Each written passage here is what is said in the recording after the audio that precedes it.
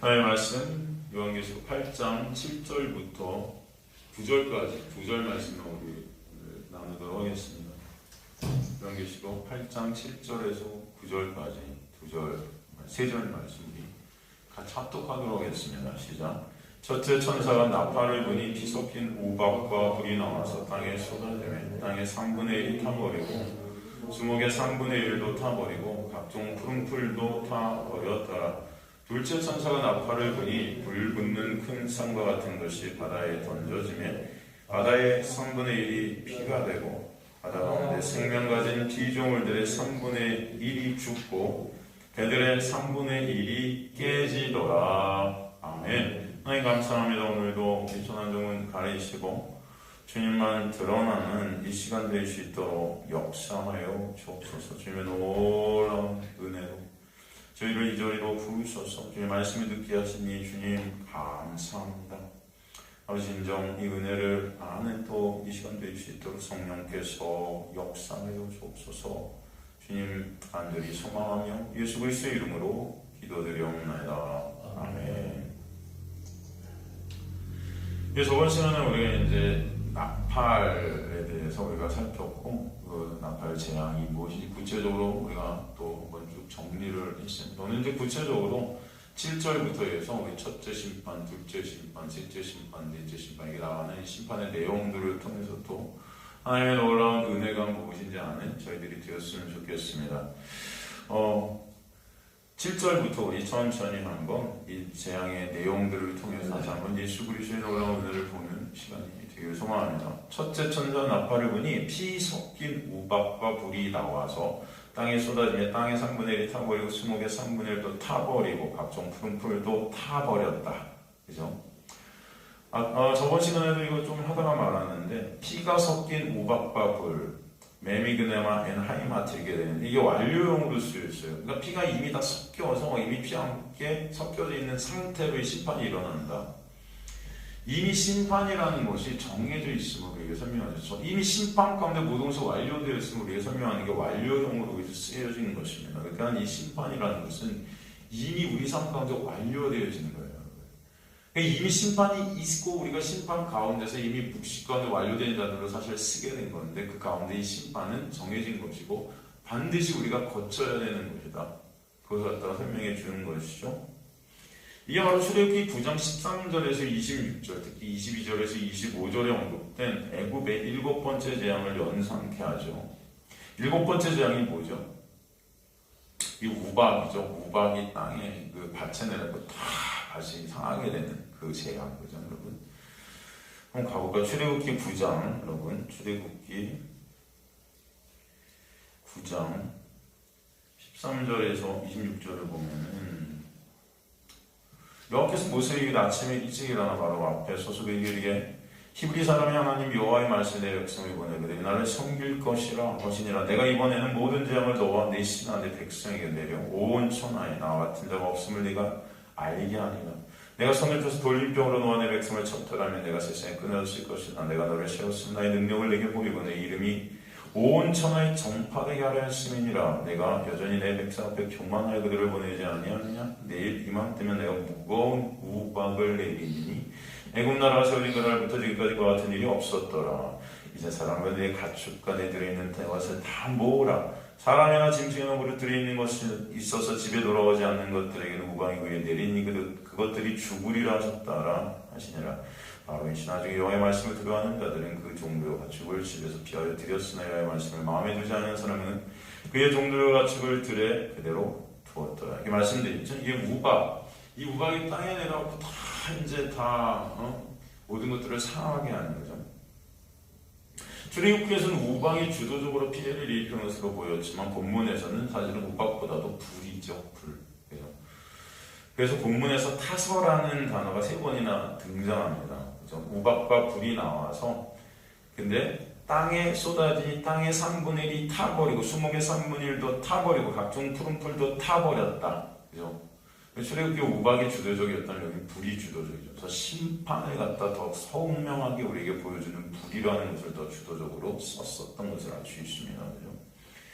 이 3분의 1이 딱 3분의 1이라는 헬라어 트리토는 에스겔서 5장 2절, 12절에 등장하는 거죠. 에스겔서 5장 2절, 12절에 등장한 이 3분의 1이라는 내용은 사실은 심판으로 끝나는 것이 아닌 회복을 같이 뜻하는 단위로 사용되는 단어가 트리포 3분의 1이라는 그런 의미가 그 안에 들어있다는 것입니다. 그래서 심판이 회복을 위한 심판이다라는 것을 우리에게 보여줍니다. 이 재앙이라는 것이 그냥 끝나는 재앙이 아니고 이것을 통해 하나님께서는 이 목적하신 바를 갖다 이루시려는, 그죠? 하나님께서 이루시는 목적은 하나님 나라의 완성 아닙니까? 거룩한 하나님의 백성들의 거룩한 완성이에요. 그것을 갖다 이 재앙을 통해서 이루신다는 거죠. 그래서 이 재앙이 심판이고 재앙이지만 하나님의 택하신 자녀들에게는 하나님의 백성됨의 도구로 쓰이는 그런 것이라는 것을 우리에게 보여주신 것입니다. 그렇죠? 그래서 우리가 볼 때는 하나님의 택하신 백성들이 볼 때는 겉으로 볼 땐 재앙이지만 우리에게 하나님의 놀라운 은혜의 섭리의 역사다라고 보시기를 간절히 소망합니다. 이 재앙으로 사방에 흩어지게 된다고 에스겔서에는 말씀되어 있어요. 이 재앙 때문에 모든 사람들이 다 흩어짐을 당하게 된다. 사실 흩어짐의 역사가 어떤 역사입니까? 오직 하나님만을 바라보게 하시는 역사예요. 여러분, 인간들은요, 모이면요, 인간들을 바라보고 그 인간들로부터 나오는 힘을 바라보고 그 힘을 내 것으로 삼으려고 하고 내 유익을 위해 사람들을 사용하고 그 단체를 사용하고, 그죠? 힘을 모으고, 그죠? 바벨탑이라는 게 그런 거 아닙니까? 여러분, 바벨, 그죠? 하나님이 섞이게 하셨다 했어요. 섞이게 하셨다.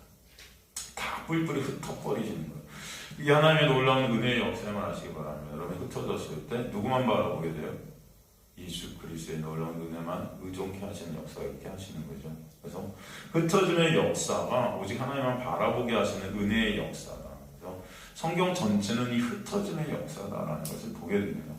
사도행전에서도 예루살렘에 박해가 시작되죠. 예루살렘에 그 많은 사람들이 예수님을 믿게 되고 모이게 됐어요. 얼마나 힘을 가졌겠습니까? 초대교회. 그죠?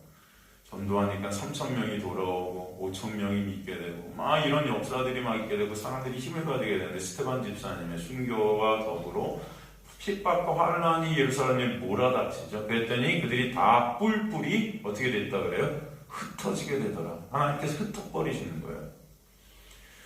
흩어지는데 그 결론이 어떻습니까? 그들이 가는 곳마다 누구만 증거하더라? 예수만 증거하더라가 된다는 것입니다.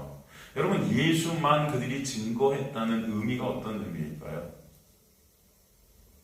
그들이 가는 곳마다 예수만 증거됐다는 게 어떤 의미일까요? 그들에게 지금 감지되고 그들에게 보이고 그들이 의존하고 그들이 붙잡는 분은 누구뿐이다? 예수뿐이다. 그러니 그들에게서 나오는 것은 뭐밖에 없는 거예요? 예수. 그들이 돈을 붙잡고 있었다면 예수 증거 안 했을 겁니다. 그들이 사람의 인맥을 붙잡고 있었더라면, 그죠? 또 이 세상에 나의 힘과 나의 능력을 붙잡고 있었더라면, 그럼 예수를 증거 안 했을 거예요. 내 능력을 증거하고, 내 힘을 증거하고자 했을 거예요. 그런데 그들이 가는 곳마다 누구만 증거해요? 예수만 증거했다는 것은, 오직 그들에게는 예수가 아니면 안 되는 그들의 상황이 놓여 있었다는 거죠. 고난과 핍박, 그 어려움, 환란, 그 모든 것이 바로 예수만 바라보게 하시는 역사였다. 예수만 증거케 하시는 역사였다. 예수를 그들의 인생 가운데 확증케 하시는 역사다라는 것을 보게 하시는 거죠. 그죠? 여러분, 그래서 고린도 후서 1장 3절에서 9절 보면 고린도 후서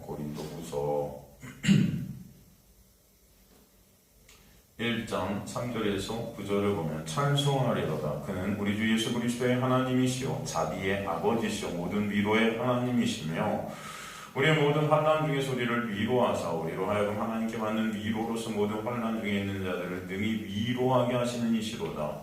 그리스도의 고난이 우리에게 넘친 것 같이 우리가 받는 위로도 그리스도로 말미암아 넘치는도다. 고난이 넘치는 것 같이 예수 그리스도께서 주시는 그 놀라운 위로가 있다.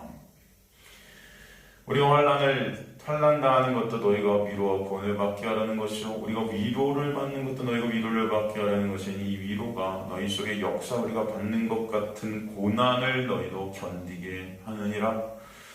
형제들아, 우리가 너희를 위한 우리의 소망이 견고함은 너희가 고난에 참여한 자가 된 것 같이 위로에도 그러한 줄을 알미라. 형제들아, 우리가 아시아에서 당한 환난을 너희가 모르기로 원하지 아니하노니 힘에 겹도록 심한 고난을 당하여 살 소망까지 끊어지고 못 살겠다는 거, 죽겠다는 거죠. 살 소망이 끊어져 버린 거예요, 고난 때문에. 예수 그리스도를 여러분 믿는 이유로 흩어지게 되고 고난받게 되고 이제는 살 소망도 없는 그런 상황, 그죠? 그러면 얼마나 절박하고 처참한 상황이겠습니까? 살 소망까지 끊어지고 우리는 우리 자신이 사형 선고를 받은 줄 알았으니 이는 우리로 자기를 의지하지 말고. 왜 그런 상황이 되었냐면은 하나님께서 그런 상황 속에 몰아넣으신 것은 우리로 자기를 의지하고 나를 의지하는 자들이 되지 말고 내 힘과 내 노력, 내 능력, 내 것 이것을 해체시키시는 하나님의 은혜라는 것입니다. 오직 죽은 자를 다시 살리시는 누구만 의지하게 하심이라 하나님만 의지하게 하심이라. 그러나 하나님께서 택한 백성들에게 그들의 삶 가운데는 반드시 하나님만을 의존케 하시는 역사가 있게 하시겠다. 여러분, 살 소망이 끊어진 역사, 그죠? 처참한 역사, 사형 선고를 받은 것 같아요. 여러분 살다 보면은 이런 사형 선고를 받은 것 같은 상황이 여러분에게 있을 수 있다는 것입니다. 병 때문에 또 여러 가지 상황 때문에 여러분 내가 이제 죽는구나. 사형 선고가 있게 되는 거예요. 여러분. 왜 그런 사형 선고가 있게 되는가? 오직 하나님만 의지하게 하시니라. 여러분 그런 상황이 여러분에게 있게 되시면 반드시 이것을 생각하시기 바랍니다. 이것이 하나님의 놀라운 은혜구나. 하나님만 의지하게 하시는 역사구나. 주님 감사합니다. 진정 감사가 있게 되는 놀라운 역사, 이 기적과 같은 역사가 여러분의 삶 가운데 있게 되기를 간절히 소망합니다. 그래서 주님께서는 매 순간 우리를 고난 가운데 주님만을 바라보게 하시는 거예요. 근데 이 고난이 그래서 있어야 된다 하잖아요. 요즘같이 교회에 오면은 예수 믿으면 복 받고 교회에 오면 만사형통이 되고 무병장수하게 되고 일치월장하게 되는 복이 있다. 여러분 이게 예수를 증거하는 것이 아니에요. 그죠? 근데 예수 이용해서 내 육의 안위를 꾀하는 것입니다. 예수가 우상이 된 그런 증거죠. 이들은 그런 예수를 증거한 것이 아니고 내 육이 삭제되는 그 상황 속에서 오직 예수만 생명 되심을, 예수가 수단이 아니라 예수가 목적이 된 증거를 하게 됐다는 것입니다. 여러분의 삶 가운데 그런 예수만 증거케 되는 놀라운 역사가 있게 되길 간절히 소망합니다. 다른 것들이 증거케 되는 것은 이 세상 것들, 내 것들이 증거케 되는 것이 아니고 정말 우리가 가난한 자들이 되어서 이 푸토코스의 절대적 가난 속에서 예수만 증거케 되고 예수만 드러나게 되고 예수만 나오게 되는 여러분의 삶으로 주님께서 이끌어 가시길 간절히 소망합니다. 그죠? 스가랴서 13장 8절에서 9절을 보면 스가랴서 13장 8절에서 9절을 보면 여호와가 말하노라 이 온 땅에서 3분의 1은 멸망하고 3분의 1은 거기 남으니, 여기서 3분의 1이 나오죠. 내가 그 3분의 1을 불 가운데로 던져. 오늘 본문의 내용과 비슷하지 않습니까? 이 불타는, 불타서 다 사라지게 돼요. 이 불 가운데로 던져. 근데 어떻게 돼요? 하나님의 백성들은 거기서 끝나는 것이 아니고 은같이 연단하여 금같이 시험할 것이라. 그들이 내 이름을 부르리니 내가 들을 것이면 하는 말하기를 이는 내 백성이라 할 것이요 그들이 말하기를 여호와는 내 하나님이시라 하리라. 우리에게 이런 동일한 재앙이 있다는 거예요. 불 같은 곳에 우리가 던져지게 되는, 그래서 우리 육이 타는 이 생명이 위협받는, 이 생명이 끝나는, 사형 선고를 받는, 이 생명이 끊어지는 이 고난과 아픔과 이 불탐이 우리에게도 있을 것이다. 그런데 거기서 우리가 어떤 자리로 가게 되는가? 하나님이 진정, 여호와가 진정 참 하나님이시네요. 그 놀라운 은혜가 여러분에 있게 되는 줄이 소망합니다. 영생은 유일하신 참 하나님과 내가 그동안 생각했던 그 하나님이 가짜였다는 것을 알게 하시는 거예요. 나라는 우상이었다는 것을 알게 하시는 거예요. 그리고 진정한 하나님이 누구신지를 이 고난 속에서, 이 불탐 속에서, 내 육이 해체되는 가운데서 깨닫게 하시는 거예요. 그것이 영생이다. 유일하신 참 하나님과 그가 보내신 자 예수 그리스도를 어떻게 하는 것이? 아는 것이. 그러니까 알게 하신다는 거예요. 아, 그분이시군요. 아, 하나님이시군요. 그죠? 여호와는 내 하나님이십니다 하고 고백해가지고 알게 하시는 역사. 그것이 하나님께서 택한 백성들의 인생 가운데 있게 하신다 말씀해 주시는 것이죠. 그래서 재앙을 통해서 여호와가 진정 참 하나님이심을 알게 하시겠다. 그렇죠? 아까도 말했지만 이 첫 번째 장은 출애굽기 9장 13절에서 26절과 연결되죠. 여러분 출애굽기 9장 13절에서 26절 내용을 다시 한번 우리가 보면 모세가 바로한테 가서 하나님의 백성을 놔달라고 하잖아요. 그런데 당연히 모세는 바로는 놔줘요, 안 놔줘요? 안 놔줍니다. 왜? 그 백성들이 지 건 줄 아니까. 지 소유인 줄 아니까. 지 밥줄이거든요. 지 유익이거든요. 그죠? 안 놔주죠. 여러분 바로는 무엇을 상징합니까? 이 세상을 대표해요. 그죠? 사탄 마귀를 상징합니다. 이 세상을 갖다가 주무르고 있는, 이 세상을 갖다 지배하고 있는 그 사탄 마귀를 바로가 대표하고 있죠. 하나님의 백성을 밥으로 삼는 자예요. 밥으로. 하나님의 백성을 종으로 부리는 자의 대표를 바로라고 하는 것입니다. 그 바로의 밭에 우박이 떨어져서 그 밭이 소멸되게 하시는 이유는 이제는 그 밭에서 그 백성들을 빼내시기 위함에 그 영역에서 그 바로라는 그 율법의 영역, 어둠의 영역, 정죄의 영역에서 죽음의 권세의 영역에서 하나님의 백성들을 바로의 손에서 빼내시려는 하나님의 은혜다. 그죠? 그래서 그 영역에서 바로의 권세 죽음에 수고하고 무거운 짐을 지고 갔던 그런 주님의 백성들을 빼내시려는 하나님의 놀라운 역사다라는 것을 알 수 있습니다. 그래서 더 이상 하나님의 백성들을 바로의 먹잇감으로 두지 않으시겠다는 거죠. 그죠?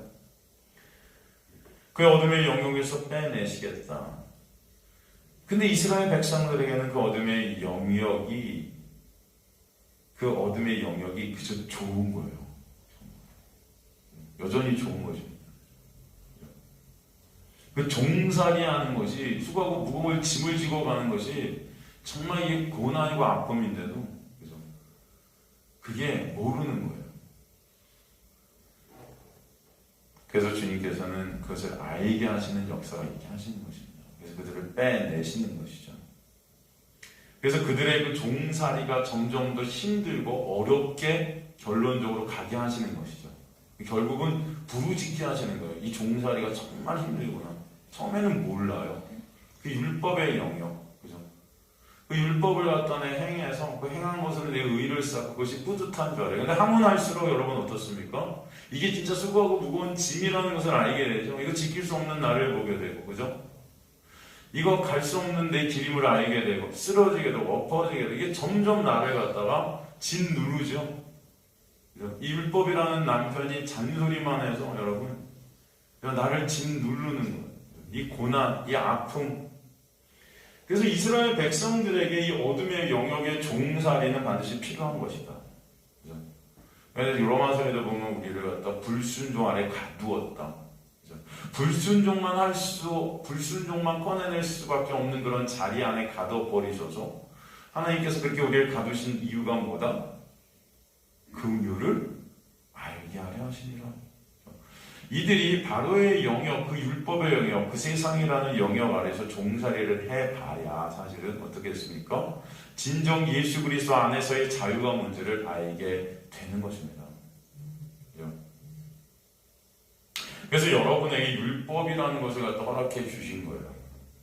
율법을 통해서 인간들, 죄된 인간들은 율법을 나의 영광으로 삼으려고 해요. 그래서 나의 의로 쌓으려고 합니다. 근데 그 자체가 뭐예요? 율법의 종노릇하는 것이라는 것입니다.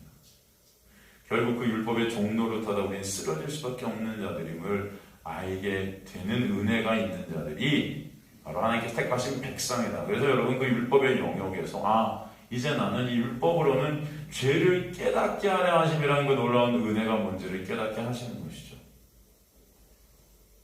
어둠을 알아야 빛을 알게 하시는 거예요. 어둠의 영역이 뭔지를 알아야 빛의 영역이 얼마나 감사한지를 알게 되는 저 여러분 되실 줄 믿습니다. 애굽이 세상이고 바로가 사탄인 것을 지금으로 보면 이 율법적 교회의 거짓 목사의 모습이 여기 있다. 기복주의, 은사주의, 인간의 육을 위한 거짓 교회, 그리고 거짓 선지자, 거짓 목사, 이게 바로 이런 영역들이다 라는 것을 볼 수 있습니다. 예수님 당시도 유대교가 그런 바로의 영역이었죠. 그 유대교를 통해 배를 채우던 종교 지도자들, 대제사장들, 바리새인들 다 뭐예요? 바로와 같은 자들이에요. 그죠? 율법이라는 하나의 말씀을 이용해서 하나님의 백성들을 율법 안에 딱 가둬버리고 하나님의 백성들을 정죄하면서 그 정죄로 인해서 그들의 행위들을 끌어내고 자신들의 배를 위해 종사를 시키는 모습. 유대교의 충성자고 충성으로 자신들이 유익을 삼던 당시 유대교와 종교 지도자들의 모습. 지금으로 말하면 교회에 충성케 하고 말씀 지키면 이 땅에서 잘 살고 천국 간다고 뻥치는 목사들. 그죠? 죄된 돈이 신이 된 인간들은 이 땅에서 잘 살고 싶어서 모든 것들을 갖다가 거기 거는 것입니다. 그 나라는 배, 이 신이 배라 그랬어요. 배가 신이라 그랬어요. 여러분의 배, 먹고 사는 게 여러분의 신이라는 거예요. 인간들은 먹고 사는 것을 위해서 모든 것들을 다 바친다는 것입니다. 진리에는 관심이 없는 거죠. 그 돈, 그렇죠? 여러분 돈이 최고 아닙니까 이 세상에서?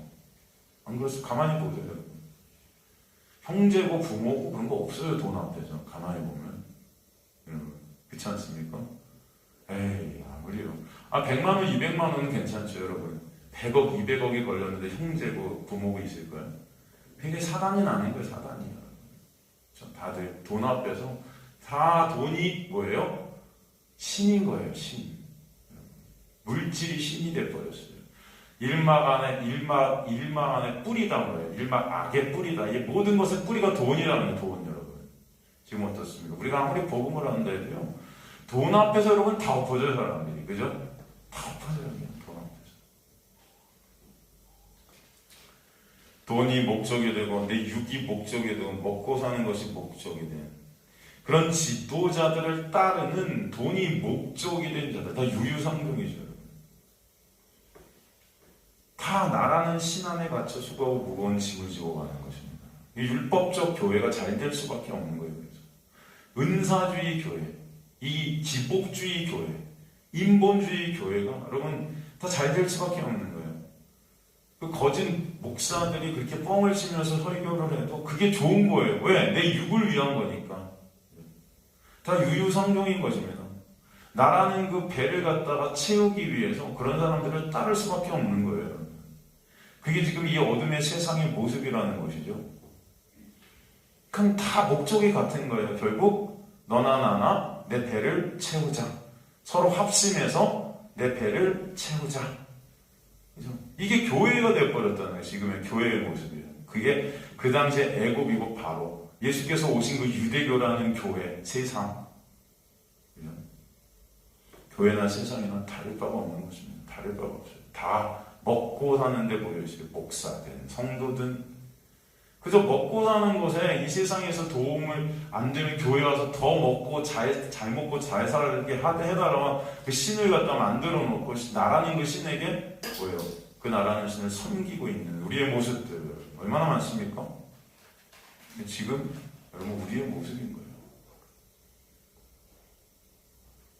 그래서 하나님의 재앙이라는 것은 바로 그 세상인, 어둠인, 그 율법의 주체자인 나라는 그 신을 해체시키시는 역사. 나라는 가짜 교회를 허무시기를 원하시는 거예요. 예수께서 그래서 이 땅에 오셔서 공생의 시작 때 이 성전에 가셔서 예루살렘 성전을 허물라고 하시는 것입니다. 거기 있는 것들을 다 어떻게 해요? 들러 엎으시죠. 마치 바로의 밭에 우박이 떨어져 갖고 이제 먹고 살 그런 양식들을 갖다 생산할 수 없게 되는 것처럼 그들의 장사, 그 배를 채우기 위한 소굴인 성전에, 가짜 성전에 그걸 다 엎어뜨리셔서 그들의 먹고 살 것들을 끊어내시겠다는 것입니다. 그 육을 갖다 해체시키시겠다는 거예요. 이 성전 허물라 장사꾼의 소굴이 된 이 성전, 인간의 배를 채우기 위한 장사꾼의 소굴이 됐다는 거예요. 이 성전이라는 곳이 여러분. 내가 그런데 그 성전을 3일 만에 다시 어떻게 한다? 짓겠다. 그 가짜 성전을 허물고 진짜 성전인 예수 안에서 참 성전이 뭔지 주님께 십자가를 통해 다시 부활하셔서 참 성전 되신 예수 안에서의 성전되는 역사가 있게 하시겠다는 것이죠. 바로 성전은 그래서 오직 예수님임을 알게 해주시려는 역사입니다. 십자가를 통해 그래서 가짜 성전, 그 가짜 성전은 저와 여러분이죠. 그 저와 여러분을 갖다가 죽여버리시고 허무시고 참 성전이신 예수 안에서 하나의 백성들이 되게 하시는 은혜가 있게 하신다는 것입니다. 바로의 그 밭에 우박이 떨어져 바로의 밥그릇을 엎으신 것이 바로 예수께서 예루살렘 성전을 엎으시는 역사인 것입니다. 그것으로 인해서 기근이라는 것이 있게 하신 거예요. 뭐가 있다? 기근이 있는 거예요. 기근. 그럼 가짜 성전이 허물어지면 육을 위한 밧줄이 끊어지는 기근의 역사가 있는 것입니다. 그러나 그 기근으로 말미암아 참 양식이 무엇인지를 보게 하시는 은혜가 하나님의 택한 백성들에게는 반드시 있게 하실 줄 믿습니다. 그래서 여러분이 처음에 율법적 교회에서 이렇게 수고하고 무거운 짐을 지지만 그것이 기근임을 깨닫게 하실 때가 있는 거예요, 여러분. 아, 이게 기근이구나. 아무리 그렇게 해도 여러분 안에 뭐예요? 기근이 있는 거예요. 가람이 있는 것입니다. 채워짐이 없는 거예요. 수고하고 무거운 짐을 지고 다 엎어지는 거예요, 여러분. 목이 마른 것입니다. 일어날 힘이 없어지는 거예요. 그때 주님께서는 진정한 양식, 하늘의 양식인 예수 그리스도만이 참 양식임을 알게 하시죠. 말씀을 통해 예수를 보게 하시고 말씀 전체가 예수임을 깨닫게 하시고 진정 예수 안에서 그 누구도 정죄함이 없다는 것을 알게 하시는 그 놀라운 자유의 역사, 은혜의 역사. 그것이 뭔지를 기근이라는 것을 통해 참 양식이 뭔지를 보게 하신다. 그게 하나님께서 택하신 백성들에게 반드시 있게 되는 역사다라는 것을 아시기 바랍니다. 그래서 여러분 하나님께 택한 백성들은 반드시 율법을 거치게 되어 있어요. 어둠이라는 것을 거쳐서 빛으로 오게 되어 있습니다. 그런데 하나님 택하지 않은 백성들은 그 어둠 안에 갇혀서 여러분 멸망할 수밖에 없는 거죠. 여러분이 지금 진정 예수 그리스도를 율법을 통해 보고 계신다면 이것이 하나님의 놀라운 은혜구나를 갖다 아시길 간절히 소망합니다. 그 은혜가 아니면 우리는 도무지 그 예수 그리스도를 율법을 통해 말씀을 통해 볼 수 없는 자들일 것입니다. 그래서 이제는 그 기근을 통해서 예수라는 하늘의 양식으로 살게 해주시는 역사가 여러분에게 있게 하시는 거예요. 이것이 바로 나팔장의 첫째 재앙에서 보여주신 하나님의 놀라운 은혜의 역사다. 기근을 통해 누구를 보게 하신다? 예수 그리스도를 보게 하시는 거예요. 예수 그리스도의 놀라운 은혜가 뭔지를 알게 하시는 것입니다.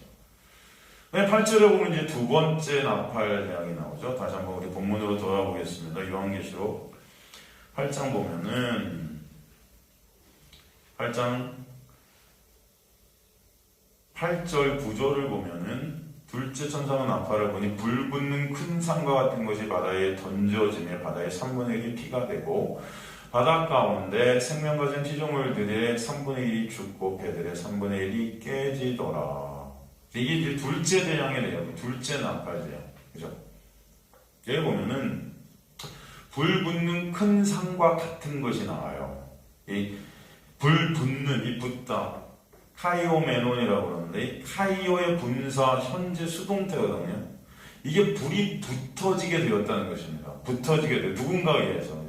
하나님께서 일으키신 역사라는 것을 알 수 있죠. 수동태로 쓰였어요. 이것이 현재 분사로 쓰였다는 것은 계속해서 뜨겁게 지금 불타고 있다, 이것들이. 계속 이 심판이 진행되고 있다는 거예요. 큰 산, 오로스메가 이렇게 되는데, 이게 예레미야서 51장 25절을 배경으로 하는 온 세상을 은유적으로 표현한 그런 단어입니다. 온 세상을 갖다 큰 산, 그죠? 이런 온 세상을 표현하는 그 큰 산이 뭐예요? 율법적 세상, 어둠의 세상 아니겠습니까? 이제 바닷속으로 던져지게 된다. 그죠? 우리가 보통 바다 하면 갖다 어떤 바다죠? 저주의 바다. 저주로 멸망받게 된다. 던져짐에 에블레데라는 이 헬라어 단어는 발로라는 헬라어 단어의 직설법 부정하고 수동태로서 지금도 누군가에서 던져지게 되는 하나님께서 일으키신 역사라는 거죠. 계속 불타고 있는 산이 바닷속으로 던져지고 있는 그 상황, 계속 멸망해 가는 그 놀라운 상황, 이것을 보게 하십니다. 이런 세상을 향한 심판이 지금도 계속해서 일어나고 있다. 그리고 이 심판의 인간은 속수무책이다. 이것을 막을 수 있다 없다? 그 누구도 막을 수 없다. 그럼 이 세대주의자들, 이 성경을 문자 그대로 보는 자들은 이 두 번째 재앙을 갖다 무슨 원자폭탄이 떨어질 것이다, 뭐 이렇게 해석을 하는 사람들이 있어요. 이게 불 붙는 이 산, 이런 것들이 무슨 원자폭탄의 낙진 같은 거, 이런 것들을 의미한다. 그래서 원자폭탄의 세상이 심판당할 거야, 뭐 이런 해석을 내놓는 그런 신학자들이 있는데, 여러분 그런 거 아닙니다. 이거 무슨 아마겟돈 전쟁도 무슨 뭐 세계 4차 대로 5차 뭐 이런 것들 뭐 생각하는 그런 것도 아니에요. 여러분 다 영적인 예수 그리스도의 계시라 그랬잖아요. 이것을 통해서 우리는 예수 그리스도의 놀라운 은혜를 보는 것이죠. 여러분 그런 것들이 일어나든 안 나든 뭔 상관입니까? 솔직히 여러분, 어차피 여러분은 종말로 향해 가고 있고 내 삶 자체가 지금 종말이에요. 그죠? 여러분 죽으면 다 끝이에요. 그렇지 않습니까? 그래서 3차 세계대전 그 원자폭탄이 어디서 터지든 여러분 그거 안 터져도 여러분 병원에서 죽어가요. 무슨 말씀인지 이해되십니까? 이미 여러분은 종말을 사는 거예요. 지금 죽음으로 가고 있습니다. 떨어지든 안 떨어지든. 그런데 그게 뭔 상관이 돼요? 여기서 원자폭탄 얘기가 나오겠어요. 그 당시에 여러분 사도 요한이 환상을 보고 쓴 이 장면에서 원자폭탄이 왜 등장하겠어요? 근데도 그런 얘기들을 하는 거 보면 저는 말이 안 된다고 생각되죠. 그런 것이 아니에요, 여러분. 그래서 계시록 전체가 예수 그리스도에 관한 계시라 그런 것입니다. 여러분 이 다 불붙는 큰 산, 바다, 그 다음에 이 배들이 깨지는 것, 이런 것들이 의미하는 거 여러분 아마 이 단어만 들어도 대충 이게 뭔지 감이 잡힐 것입니다. 그렇지 않습니까? 네? 산이 저주의 바다로 떨어지는 그 모양, 그죠? 그 배들이 산산조각 나는 그 모양, 그죠? 이게 무엇을 뜻하는지 여러분 대략 생각이 들지 않으세요? 이제는 이게 원자폭탄이겠습니까? 그런 거 아니죠, 여러분. 여러분 성경에서 이 불붙는 산이 어디 나오나?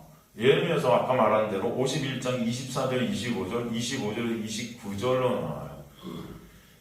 그러면 예레미야서 51장 24절, 25절 한번 가볼까요? 예레미야서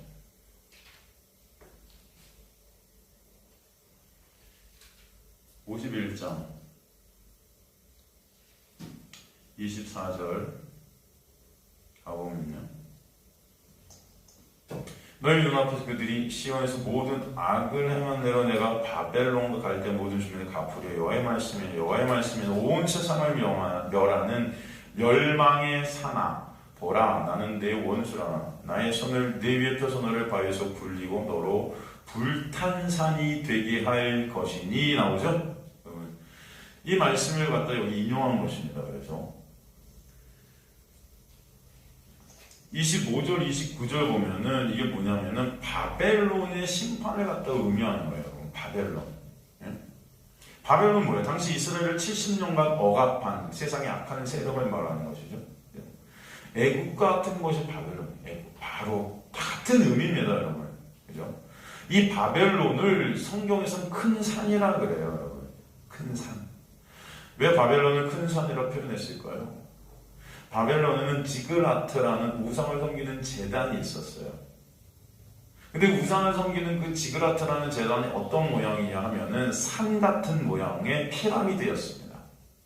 피라미드 형태로 된 제단이었어요. 그래서 이 바벨론을 갖다 큰 산이라고 했습니다. 그래서 세상, 즉 하나님을 대적하는 그 어둠이라는 세상을 바벨론이라 할 때 그 바벨론을 또 멸망의 산이다라고 불렀던 거예요. 어떤 산이다? 멸망의 산이다 명명했던 것입니다. 그 산처럼 생긴 지그라트 위에 늘 제물을 바치기 위해서 불을 태우는데 그 전체가 불이 불이 타서 활활 타오르는 산같이 되었다. 그런 모양이었다. 그것이 뜻하는 것은 그들의 우상 숭배라는 것은 결국 멸망, 이렇게 다 타버릴 것이라는 것을 우리에게 또 보여주시죠. 멸망할 수밖에 없는 거죠. 여러분, 성경에서 산이 의미하는 게 뭐죠? 산이 의미하는 게 뭡니까? 시인의 산 하면 의미하는 게 뭐예요? 율법이에요, 율법. 그죠? 산상수훈, 그 율법을 갖다 예수의 은혜로 바꾸시는 놀라운 역사가 산상수훈의 역사 아닙니까, 여러분? 그죠? 그래서 율법, 세상, 이 동일한 것입니다. 바벨, 이 멸망의 산이라는 것. 율법으로는 인간은 다 멸망할 수밖에 없다는 것을 우리에게 보여주는 거잖아요. 그죠? 그 율법이라는 것은 결국 어떤 것이냐면은 나의 신됨의 영광을 챙기기 위한 도구로 인간들이 우상으로 쓰는 거예요. 이게. 율법 지켜서 내 의로 삼고 그것으로 하나님 앞에 서려는 그 내 영광 챙기기에 그 율법을 사용하는 것이죠. 여러분. 예수께서 그 산이 바다에 빠질 것이다 신약에서 이렇게 말해요. 그죠? 여러분 그 내용이 어디 나오는 내용이에요? 어떤 내용이죠 그게? 무화과 나무 저주 사건에 나오는 거죠. 그 무화과 나무가 뜻하는 게 뭐 이스라엘 백성들 아니에요? 근데 무화과 나무 잎이 막 풍성해요. 잎이 막 풍성해요. 열매가 있을 것 같아요. 근데 때가 아닌데 열매가 안 열려서 저주시켜버려요. 아니 열매가 안 열릴 때인데 그러면 저주하면 안 되는데 저주시켜서 죽여버리신 이유가 뭐예요? 잎이 풍성한 이 무화과 나무. 바로 이스라엘 백성들의 모습이 이렇다는 것입니다. 여러분. 잎은 많은데 그죠? 열매가 없는 모습. 결국 어떤 모습이다? 말라 죽을 수밖에 없을 것이다. 율법의 의로 자신들의 의를 쌓아서 하나님 앞에 가려는 그 모든 것은 멸망이다. 그 율법의 산이 바로 그런 산이라는 거예요. 그 율법의 산이 뭐라고 그래요? 마태복음 21장 21절에 보면 여러분 너무 공부한 내용인데 한번 가볼게요. 마태복음 21장 21절 보면 예수께서 대답하시되 내가 진실로 너에게 이르노니 만일 너희가 믿음이 있고 의심하지 않냐면 이 무화과 나무에게 된 이런 일만 할 뿐 아니라 이 산더러 들려 바다에 던져지라 하여도 될 것이요. 그죠? 많은 사람들이 이것도 문자적으로 막 믿음이 우리가 있으면은 산이 옮길 만한 믿음을 갖다 우리가 가지면 산도 옮긴다. 여러분 그래서 우리 막 기도하잖아요. 이런 믿음 주세요. 저 산도 바다로 빠지게 될 그런 능력 주세요. 그죠, 여러분? 이게 그런 말씀입니까? 아니잖아요. 그죠? 예수 그리스도의 십자가를 통해서 그 율법의 산이 저주의 바다에 빠지게 되는 역사가 이때 될 거라는 것을 설명해 주시는 거죠. 그게 바로 어떤 역사다? 믿음이 행하시는 역사다. 그 믿음의 주체는 누구예요? 인간이 아니라는 것입니다. 그죠? 예수죠. 바로 예수 그리스도의 십자가를 통해 그 율법의 산이 되셔서 저주의 바다에 빠지시는 거예요, 예수께서. 그래서 우리가 빠져야 될 그 율법의 주체인 내가 살게 되는 놀라운 은혜가 있게 하시는 거 아닙니까, 여러분? 그죠? 그래서 이미 다 그 은혜를 받은 자들 되게 하시는 거예요. 두 번째 대목 역시 그래서 가만히 보면 이 세상이라는 율법이라는 어둠이라는 이 산이 저주의 바다에 빠지게 되는 그 멸망이 있게 되지만 그 율법으로 저주로 그것을 다 받으신 분이 예수이기 때문에 하나님의 자녀들은 이 재앙을 통해서 그 놀라운 은혜를 보게 될 것이다 설명해 주시는 거예요. 이해가 되시죠?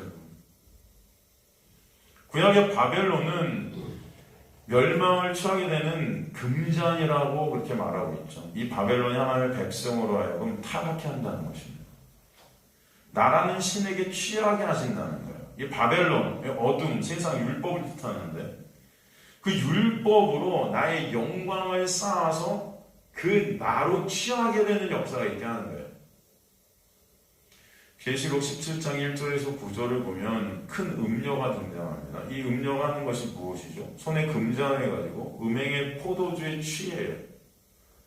그 이마에 그런데 이름이 쓰여 있죠. 뭐라고 쓰여 있어요?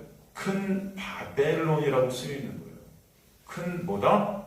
바벨론이다. 그 여자가 그런데 어디에 앉아 있다? 7 산에 앉아 있어요. 7 산. 이 산. 그죠? 그 음료가 상징하는 게 뭐예요? 타락한 교회인 거야. 어떤 교회다? 타락한 교회다. 그 교회가 뭐에 취해 있냐면은 바벨론의 포도주에 취해 있대요. 음행의 포도주, 간음의 포도주라고 해요. 이게 뭐예요? 율법으로 나의 영광 쌓기, 은사주의, 기복주의, 인본주의. 교회가 다 인간의 유익을 위해 지금 취해 있는 거예요.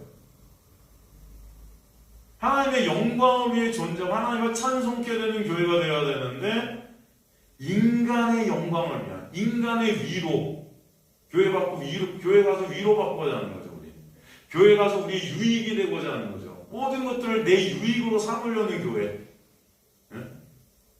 설교를 들어도 위로가 돼야 되고 진정으로 하나님께만 영광이 되는 교회가 되어야 되는데, 그러니까 십자가를 설명하면서도 병 고치는 은사 집행 이런 것들을 하는 거예요, 여러분. 그게 여러분 진정 하나님께 영광이 돼야 되는데 내 이익, 내 유익, 내 것을 취하려고 하는 이런 여러 가지 은사주의, 기복주의, 이게 뭐예요? 이게 바로 음행의 포도주에 취해 있는 타락한 음료의 모습이에요. 그걸 타락한 교회라는 것입니다. 지금의 교회들의 모습이에요. 쉬운 말로 인간의 영광 쌓기 교회예요. 인간의 유익 쌓기 교회, 인간의 위로받기 교회. 이게 바로 당시 구약 이스라엘의 모습이었다는 것입니다. 이들은요, 하나님을 매 순간 간절히 정성을 다해서 섬긴다고 그렇게 고백했었어요. 이스라엘 백성들은 구약에서. 하나님을 단 한 번도 안 섬긴 적이 없다 그래, 이들은. 그런데 이들은 하나님을 섬길 때 동시에 바알과 아세라도 함께 섬겼던 거예요. 함께. 오직 예수 그리스도의 십자가만으로 충족해야 되는데 그것 플러스 병고침, 그것 플러스 율법 지키는 의쌓기, 그것 플러스 인본주의, 발라데아주의 이런 것들을 다 짬뽕시키고 혼합주의, 하늘의 말과 땅의 말을 섞이게 만드는 거예요. 교묘하게. 그래서 결국은 예수 그리스도를 못 보게, 십자가만으로 충족하지 못하게, 십자가만으로 완전하지 못하도록, 거기에 뭔가를 보태도록 인간의 행위, 인간의 어떤 능력, 인간의 어떤 위로, 모든 인간적인 것들을 플러스 시키도록 만드는 교회, 이게 타락한 교회다, 여러분. 간단합니다, 여러분. 겉으로 굉장히 훌륭해 보이고 사람들이 많아서 굉장히 힘이 있어 보이고 이 세상에서 영향력을 끼칠 수 있을 것 같이 보이는 교회지만 음녀다. 그 중심에는 뭐가 있다? 진정 온전히 예수 그리스도의 십자가만으로, 예수 그리스도만으로 충족한가? 아니면 그 인간적인 것들로 거기 보태져갖고 인간적인 인본주의적인 것들을 갖다가 원하고 있는가?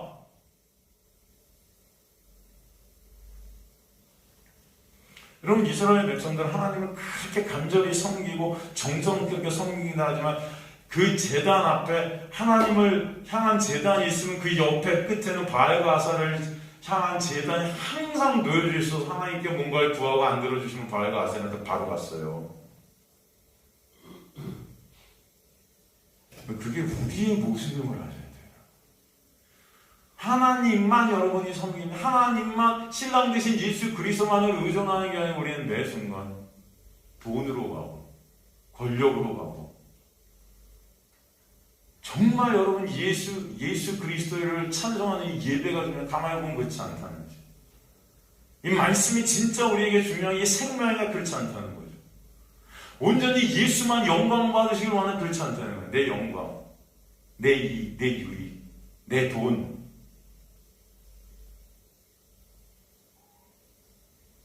잘 먹고 잘 살게 해주시는 그 하나님, 그 바알과 아사레가 하나님으로 둔갑된 것입니다.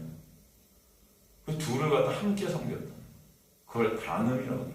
이스라엘 백성들은 그래서 항상 우상 숭배를 했다. 그래서 주님께서는 그들을 멸망시키시겠다 하시는 거예요. 우리는 다 멸망할 수밖에 없는 자들이라는 것을 구약을 통해서 보여주시는 것이에요. 그런데 그 멸망, 그 저주를 누가 안으시고, 예수가 안으시고 저주의 바다로 빠지신 것입니다, 여러분. 그래서 여러분이 여전히 이 모양 욕걸 불의한 청지 같지만 예수 안에서 거룩한 자라 칭함을 받게 되는 놀라운 은혜를 있게 하신 것입니다. 그 은혜를 아시게 되는 저 여러분들이 간절히 소망합니다. 모든 인간들은요, 나의 유익 앞에 다 무릎을 꿇게 되어 있습니다. 지금의 그 음녀인 교회들이 이것들을 잘 이용해 사람들을 모아 힘을 키우는 거예요. 이 집단이 된 거예요. 돈을 위해 교회를 오고, 내 유익을 위해 교회를 오고, 내 마음의 안정을 위해 교회를 오고, 위로를 위해 교회를 오고, 다 나의 유익을 위해 교회에 오는 자들. 교회 오면은 그래서 가짜, 거짓 선지자, 거짓 목사들이 율법 지켜서 이런 것들을 얻으려 하는 거예요. 네가 원하는 네 배를 채우는 것들을 하나님 말씀 잘 지키면 줄 거야. 목사한테 순종하면 줄 거야. 교회에 충성하면 줄 거야. 헌금 잘 내면 줄 거야. 예배 열심히 드리면 줄 거야. 기도 열심히 하면 줄 거야. 이게 뭐예요? 바벨론의 음행의 포도주에 취한 모습이에요. 음녀의 모습이에요. 이 가짜 신을 갖다 파괴시키는 것이 바로 복음의 역사다라는 것을 아시기 간절히 소망합니다. 오늘도 그래서 진정 예수 그리스도의 놀라운 은혜를 나누게 하시는 거예요. 은혜가 아니면 안 돼요. 이 모습이 바다의 생명들이 죽고 저주 아래 나라는 육의 죽음, 배가 깨지는 역사인 거예요. 배가 깨지는 역사예요. 배가 다 깨진다 그러죠. 그래서 이게 뭐예요? 가짜 교회, 그 배, 그죠? 그럼 이 계시록 18장에 가면은 2절에서 13절까지 그 바벨론의 모습이 어떤 모습이냐? 이 영혼을 거래하는 그 배, 각종 귀신의 처도, 더러운 영이 모이는 곳, 지금의 교회의 모습. 그죠? 그 얘기들이 계속 나와요. 장사하는 배라고 해요. 장사하는 배. 어떤 배다? 영혼을 장사한대요, 배에서. 예수라는 방주가 둔갑된 거죠. 영혼을 장사함으로 내 유익을 얻고자 하는. 이게 바로 율법주의, 기복주의, 은사주의, 이게 장사꾼의 배다. 장사꾼의 소굴이 된 성전의 모습이라는 것입니다. 인간의 영광과 인간의 유익을 위해, 인간의 위로를 위해 존재케 된 장사하는 교회. 여러분, 교회는 오직 하나님의 놀라운 은혜만 드러나게 되고 하나님만 찬송받으시고 하나님만 영광 받으셔야 되는 곳임을 아시기를 간절히 소망합니다. 그게 교회예요. 인간의 요구가 이루어지고 인간의 위로, 인간의 기쁨, 인간의 유익, 이게 뭐예요? 음행하는 장사꾼의 배다. 그런 것들을 주님께서는 다 어떻게 해요? 깨트리실 것이다. 깨트리실 것이다. 인간의 욕을 위한 이 세상 것들, 이 세상 교회, 돈, 명예, 권력 다 깨져서 산산조각 나게 하실 것이다. 이 하나님의 놀라운 은혜의 역사임을 아시는 분들이 소망합니다. 그 역사를 통해 하나님의 백성들은 오직 누구만 소망임을 깨닫게 돼요? 예수만 소망임을 깨닫게 하시고 예수 안에서만 생명이 있음을 깨닫게 확증토록 여러분의 인생을 이끌어 가실 줄 믿습니다. 그래서 예수만 찬송받으시는 진정한 교회로 만드시는 거예요, 여러분. 진정한 하나님의 교회.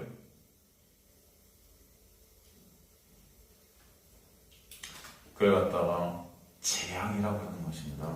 그래서 예수만 찬송받게끔 역사해 주시는 은혜가 오늘 본문의 재앙으로 나타나는 거예요. 이게 다 깨져야 되는 거고, 나라는 가짜 교회가 깨져야 되는, 이 배가, 영혼을 사고파는 이 배가 다 산산조각 나게 하시는 재앙 속에서 진정한 예수라는 방주 안에서 여러분을 살리시는 역사가 있게 하실 줄 믿습니다. 세상의 풍요, 세상의 돈, 이것을 쫓던 바벨론의 지그리트가 완전히 불타게 되듯이 나라는 세상 육에 불태워지게 하시는 역사가 하나님의 택하신 백성들의 삶 가운데 있게 되는 은혜다라는 것을 잊지 마시기 간절히 소망합니다. 그 태워짐 안에서 영원한 생명이신 예수만 바라보게 하실 줄로 믿습니다. 그렇게 하나님의 교회로 완성시키시기 위해 이 재앙을 쓰시는 거예요. 그 나라는 세상에서, 바벨론에서, 가짜 교회에서 이제는 참 성전이신 예수 안으로, 은혜 안으로, 그저 생명의 자리 안으로 이끌어 가시는 것이 나팔 재앙의 모습이라는 것을 여러분 보시기 간절히 소망합니다. 기도하십니다. 하나님 감사합니다. 오늘도 이 재앙들의 모습들을 통해서 하나님의 놀라운 은혜를 보게 하심을 또 감사합니다. 이것이 백성들의 이 가짜 성전이 다 허물어지고 예수 안에서 참 성전들이 되게끔 인도해 가실 것을 간절히 소망합니다. 감사드리며 예수 그리스도의 이름으로 기도드리옵나이다. 아멘. 이제는 우리 주 예수 그리스도의 놀라우신 은혜와 하나님 아버지의 놀라우신 사랑하심과 성령 하나님의 감화, 감동, 충만, 역사하심이 다시 세상으로 나가지만 예수 그리스도의 놀라운 은혜의 장막 안에 거하게 되려 있는 주의 백성들 머리 위에 지금부터 영원토록 함께 하실지어다.